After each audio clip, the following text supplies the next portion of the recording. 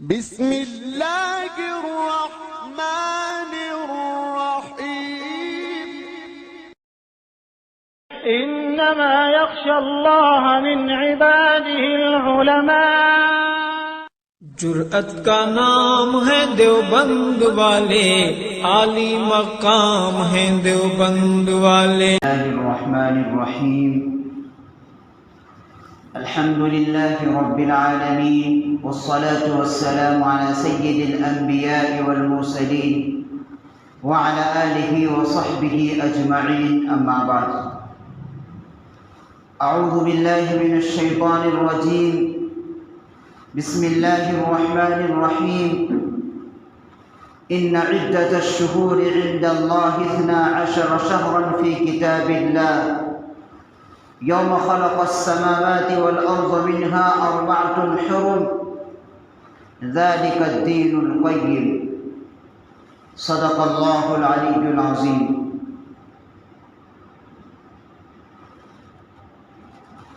گزشتہ جمعے میں دین اسلام کے متعلق اور حالت حاضرہ کے متعلق باتیں ہوئی تھی۔ اس جمعے میں محرم الحرام کے متعلق گفتگو ہوگی، چونکہ محرم کا مہینہ شروع ہو چکا ہے، جو ہم مسلمانوں کا نیا سال ہے۔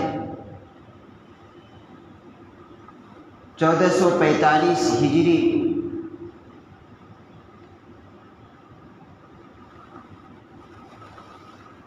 محرم کا مہینہ کئی اعتبار سے فضیلت اور اہمیت کا حامل ہے۔ خود اللہ تبارک و تعالی نے قرآن کریم کے اندر تو صراحت نہیں فرمائی، بلکہ مطلق کہا گیا اللہ کے نزدیک تو 12 مہینے ہیں، اور ان میں سے 4 مہینے محترم ہیں، منہا 4 حرم۔ لیکن اللہ کے پاک نبی صلی اللہ علیہ وسلم نے اس کی وضاحت فرمائی۔ وہ 4 مہینے کون کون سے ہیں؟ ذی قعدہ، ذی الحج، محرم اور رجب۔ یہ 4 مہینے حرمت والے، عظمت والے ہیں۔ یعنی اللہ تبارک و تعالیٰ نے بہت سے مہینے، بہت سے ایام کو اپنی طرف نسبت کر لی ہے، جس کی وجہ سے اس کے اندر ایک قسم کا تقدس، فضیلت حاصل ہو گئی۔ یوں تو بظاہر جس طریقے سے اور مہینوں کے اندر سورج وقت پر نکلتا ہے، وقت پر غروب ہو جاتا ہے، اس طریقے سے اس محرم کے مہینے میں بھی نکلتا ہے اور وقت پر غروب ہو جاتا ہے۔ بظاہر دیکھنے میں کوئی خاص فرق نہیں ہے، لیکن چونکہ اس مہینے کی نسبت اللہ تبارک و تعالیٰ نے اپنی طرف کر لی، جس کی وجہ سے اس کے اندر حرمت اور عظمت پائی گئی۔ لیکن عام طور پر بہت سے ہمارے مسلمان بھائی جن کو صحیح دین کا معلوم نہیں ہے، وہ یہ سمجھتے ہیں کہ محرم کی فضیلت اس وجہ سے ہے کہ 10 محرم کو سیدنا حضرت حسین رضی اللہ عنہ کی شہادت ہوئی ہے، جس کی وجہ سے فضیلت ہے۔ یہ بات غلط ہے، اس لیے کہ یہ 4 مہینے جو حرمت والے ہیں، یہ ہمارے نبی کریم علیہ السلام کی دنیا میں بعثت سے پہلے ہی سے یہ مہینے تقدس اور محترم سمجھے جاتے تھے۔ روایت کے اندر آتا ہے کہ سیدنا ابراہیم علیہ السلام کے زمانے سے ہی ان مہینوں کا احترام کیا جاتا تھا۔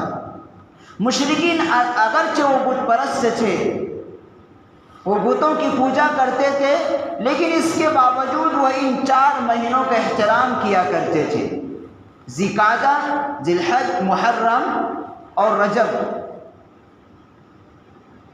یعنی ان مہینوں میں وہ لڑائی جھگڑا کرنا پسند نہیں کرتے تھے۔ حالانکہ عربوں کے اندر لڑائی جب چھڑتی تھی تو وہ نسلوں چلتی تھی جہالت کی وجہ سے،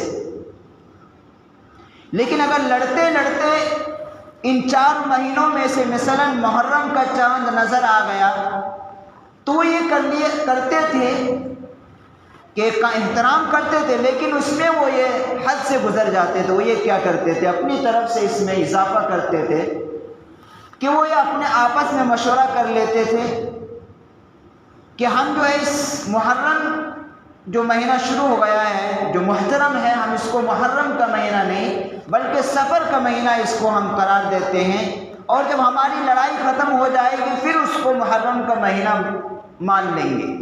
یہ اپنی طرف سے اس کے اندر اضافہ کر دیتے تھے۔ تو قرآن کریم نے اس کی تردید فرمائی ہے اور فرمایا کہ اللہ کے نزدیک 12 مہینے اور جس ترتیب سے ہیں اسی ترتیب سے قیامت تک رہیں گے، ان میں تمہاری تبدیلی سے، تمہاری آگے پیچھے کرنے کی وجہ سے اللہ کے یہ قوانین، یہ حکم نہیں بدل سکتے۔ لیکن احترام وہ بھی کرتے تھے، ان مہینوں کا احترام وہ بھی کرتے تھے بت پرست ہونے کے باوجود۔ ایک تو اس اعتبار سے یہ محرم کا مہینہ فضیلت اور محترم والا ہے کہ اس میں لڑائی جھگڑا کرنا ممنوع ہے۔ خود مسلمانوں کو اللہ کے نبی صلی اللہ علیہ وسلم، مسلمانوں کو بھی حکم دیا گیا ہے۔ البتہ اگر کوئی، چونکہ شروع اسلام میں، شروع زمانے میں کفاروں سے جنگ ہوا کرتی تھی، تو وہ تعلیم دی گئی کہ اگر خود کفار اگر تم پر حملہ کرے تو اپنے دفاع میں کر سکتے ہو، لیکن بذات خود پہل لڑائی نہیں کر سکتے، جائز نہیں ہے ان مہینوں کے اندر۔ اور دوسری بات یہ ہے کہ ان مہینوں میں اللہ کے نبی نے ایک حدیث میں فرمایا ہے کہ ان مہینوں کے اندر نفلی روزوں کا رکھنا باعث ثواب ہے۔ رمضان المبارک کے بعد سب سے زیادہ ثواب نفلی روزہ رکھنے کے ان مہینوں کے اندر اللہ تبارک و تعالی عطا فرماتے ہیں۔ اور ایک خاص طور سے 10 محرم کا روزہ، یہ تو ایک حدیث کے اندر آتا ہے کہ 1 سال کے گناہوں کا کفارہ ہے۔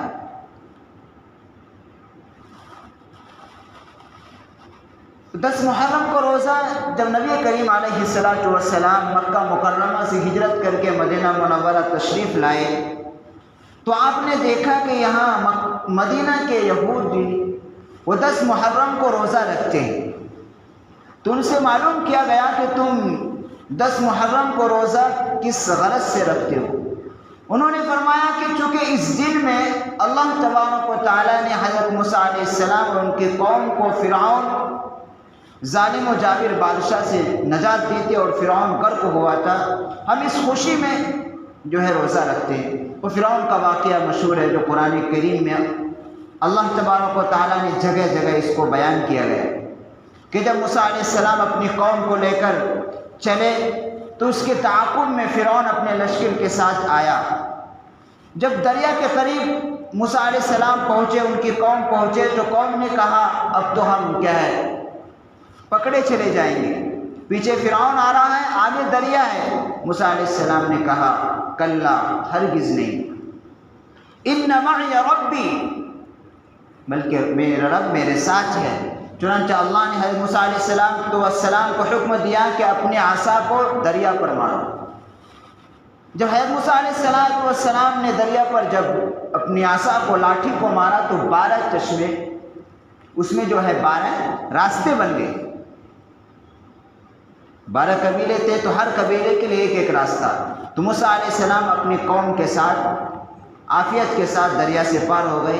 اور جب فرعون آیا تو اس نے بھی دیکھا کہ دریا بنا ہوا ہے، راستے بنے ہوئے ہیں، انہوں نے بھی اپنی قوم کے ساتھ، اپنے لشکر کے ساتھ دریا میں چلنا۔ جب بیچ میں پہنچ گیا تو اللہ نے پانی کو حکم دیا کہ مل جا، چنانچہ پانی مل گیا اور وہیں فرعون اور اس کی قوم ڈوب کر غرق ہو گئے۔ تو کہا ہم اس خوشی میں اس دن روزہ رکھتے ہیں۔ اللہ کے نبی نے فرمایا تو ہم تو زیادہ مستحق ہیں اس کے، اس لیے کہ ہم نے موسیٰ علیہ السلام کی تعلیمات کو باقی رکھا ہے۔ تو اللہ کے نبی نے خود بھی روزہ رکھا اور صحابہ کرام کو تعلیم دی کہ تم بھی اس کا روزہ رکھو۔ البتہ اللہ کے نبی صلی اللہ علیہ وسلم نے اس میں ایک ترمیم یہ فرمائی کہ ہم اس میں ایک روزے کا اضافہ کر لیں گے، 9 10 یا 10 11۔ وہ کیوں؟ وہ اس لیے کہ مشابہت نہ ہو۔ یہاں ایک ہم مسلمانوں کو ایک سبق ملتا ہے کہ اللہ کے نبی صلی اللہ علیہ وسلم نے ایک اچھے کام میں بھی مسلمانوں کو غیر قوم کے ساتھ مشابہت کرنے سے منع کر دیا۔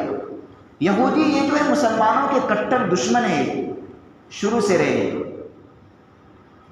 اور آج کا ہم مسلمان کہ کتنے ایسے ہمارے طریقے ہیں، ہمارا لباس ہے، ہمارا رہن سہن، ہم نے جو ہے ان اسلام دشمنوں کا اختیار کر لیا، جبکہ اللہ کے نبی نے ہمیں یہ تعلیم دی کہ اچھے کاموں میں بھی غیر قوموں کی مشابہت اختیار نہ کرو، اس لیے کہ اللہ نے ہمیں جو دین دیا ہے یہ کامل مکمل ہے۔ ہمیں سونے کا طریقہ بتایا گیا، کھانے پینے کا طریقہ بتایا گیا، ہمیں چلنے کا طریقہ بتایا گیا، ہمیں کپڑا پہننے تک کا طریقہ بتایا گیا، ہمیں جوتا اور چپل پہننے تک کا طریقہ بتایا گیا ہے۔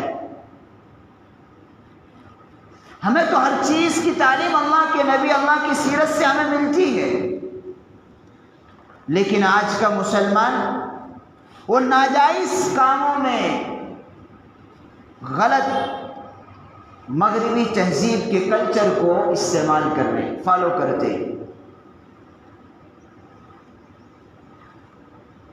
اللہ ہم سب کی حفاظت فرمائے۔ یہ بڑا ہی اہم مسئلہ ہے کہ انسان، ایک مسلمان کسی غیر قوم کی مشابہت اختیار کرے، ایک مسلمان اپنی اسلامی تہذیب کو، اسلامی کلچر کو چھوڑ کر کسی اسلام دشمن کا فالو کرے، کہ سنت کو چھوڑ کر بدعت کو اختیار کرتا ہے۔ تو دوسری فضیلت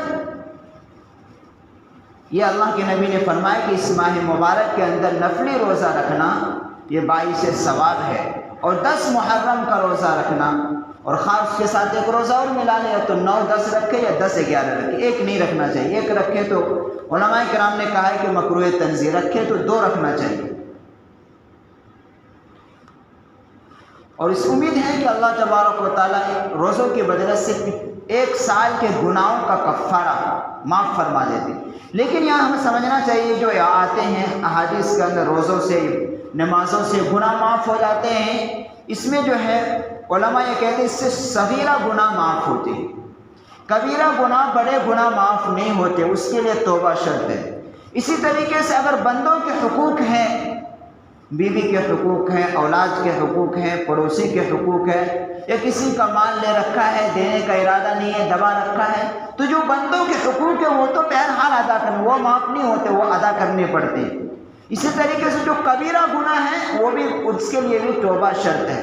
لیکن جو چھوٹے گناہ ہم سے ہوتے رہتے ہیں، یہ گناہ ان روزوں کے ذریعے سے اللہ تبارک و تعالیٰ 1 سال کے چھوٹے گناہ ہمارے معاف ہو جائیں گے۔ اللہ سے امید رکھنی چاہیے، جیسا کہ اللہ کے نبی نے فرمایا ہے۔ تو یہ مہینہ اس اعتبار سے فضیلت ہے، اس اعتبار سے نہیں ہے کہ اس ماہ مبارک کے اندر سیدنا حسین رضی اللہ عنہ کی شہادت ہوئی، ہمارا ایمان کا حصہ ہے کہ حضرت امام حسین رضی اللہ عنہ یہ اللہ کے نبی کے لاڈلے نواسے اور اللہ کے مقرب بندے ہیں، اور ایک مومن ہے، صحابی ہیں، نوجوان کے سردار رہیں گے جنت کے اندر، یہ سب پر ہمارا ایمان ہے۔ لیکن ان کی شہادت کی وجہ سے اس کے اندر فضیلت نہیں آئی، جیسا کہ میں نے شروع میں کہا کہ یہ ہمارے نبی کریم علیہ الصلوۃ والسلام کی دنیا میں تشریف آوری سے پہلے ہی سے چلا آ رہا ہے۔ اس کا یہ حرمت اس مہینے کو مقدس سیدنا ابراہیم علیہ الصلوۃ والسلام کے زمانے سے ہوتا چلا آ رہا ہے۔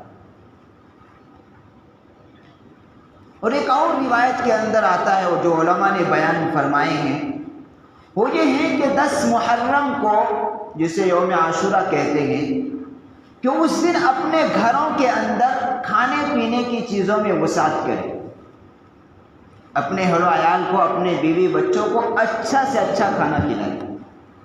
علماء نے لکھا ہے کہ اس کی برکت پورا سال رہتی ہے۔